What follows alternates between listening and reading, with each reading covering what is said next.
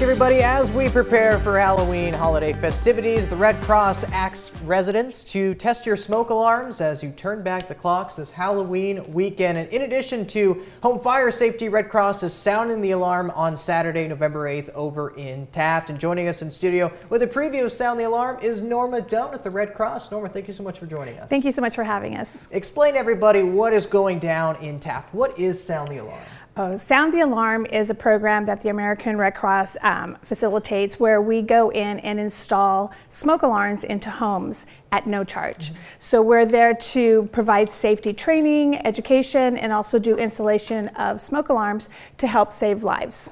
And remind everybody at home, how often should people check their smoke alarms to see if their battery's running? You need to check your smoke alarms, I would say, at least once a month, and that's on a real frequent side. But again, if you have an older smoke alarm, they need to be changed at least every 5 to 10 years, and just keep testing them. I like to have when I go into install smoke alarms, I like to take the children and have them push the button, and then they test it, and they get a kick out of the noise, but then they're actually also testing the alarm. Well, why is it so important to get kids involved with this, as fire safety is a pretty big thing? Yes, it is tremendous because we see a lot of fires here in Kern County.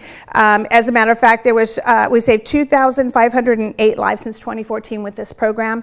And this particular program is effective because kids don't know when a fire is happening what's going on. But when you train them to hear the noise and know where they need to go and go outside or go to a parent, they're able to save themselves and sometimes a parent or even a grandparent. I want to share a quick example. We were installing smoke alarms in one of our rural communities, and there was a household with 4 children under the age of 8 and not one smoke alarm in the home.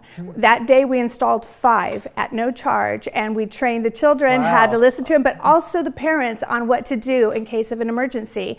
There's 3 of us that go into this when we go into install the smoke alarms. They have the installer, the educator, and the person that documents the information, so that we know how many smoke alarms we've installed, who is in the home, and the education that we provided to give them the safety protocol they need to save their lives.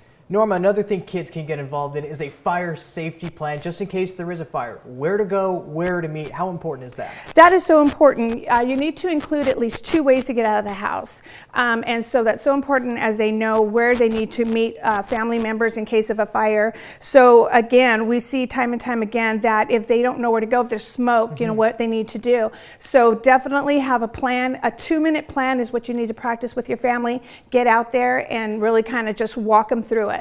Norma Doan at the Red Cross, everybody talking about the importance of fire alarms and fire safety this holiday season. Sound the Alarm, by the way, is happening on Saturday, November 8th in Taft at the Taft Midway Lodge from 8:30 a.m.